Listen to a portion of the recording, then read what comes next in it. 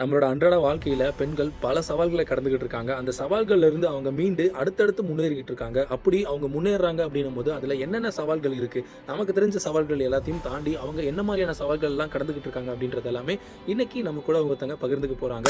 என் பேரு அருணாதேவி. நான் ஒர்க் பண்ணிட்டு இருக்கேன்.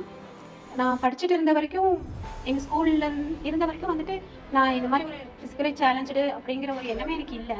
பட் அங்கருந்து முடிச்சுட்டு வெளியில இந்த உலகத்துக்கு வந்ததுக்கு அப்புறம் தான் வந்துட்டு, நான் ஒரு குறைவுள்ள ஆளுன்னு எனக்கு தெரியுது. அதுக்கு காரணம் என்னன்னா, சமுதாயம். சுத்தி இருக்கவங்க எல்லாரும் எங்கள ஒரு மாதிரி பார்க்குறாங்க. ஒரு டிஃபரெண்ட்டா பார்க்குறாங்க. அது ஏன்னு எனக்கு புரியல. ஏன்? எதுக்காக எங்கள டிஃபரெண்ட்டா பார்க்குறாங்க? நாங்களும் உங்கள மாரி சக மனுஷங்க தானே. ஏன் எங்கள வித்தியாசமா பார்க்குறீங்க? நாங்க படிக்கிறோம், உழைக்கிறோம், நேர்மையா இருக்கோம், உழைச்சு சம்பாதிக்கிறோம். ஏன் எங்கள வித்தியாசமா பார்க்குறீங்க? பார்க்க போனா நாங்க தான் உங்கள வித்தியாசமா பார்க்கணும். ஆனா நீங்க எங்கள வித்தியாசமா பார்த்து, நாங்க எவ்வளோ தைரியமா இருந்தாலும் கூட, உங்களுடைய பார்வைகள் வந்து எங்கள முடக்கி போடுறதுக்கான ஒரு முயற்சி செய்யுதுன்னு வச்சுக்கங்களேன். அதுலருந்து ஒரு சில பேர் தான் நாங்க மீண்டு வர முடியுது. நெறைய பேத்தால மீண்டு வர முடியல. தயவு செஞ்சு எங்கள அந்த மாரி பார்க்காதீங்க. நாங்களும் உங்கள மாரி இருக்கவங்க தான். உங்கள்ல ஒருத்தர் தான்.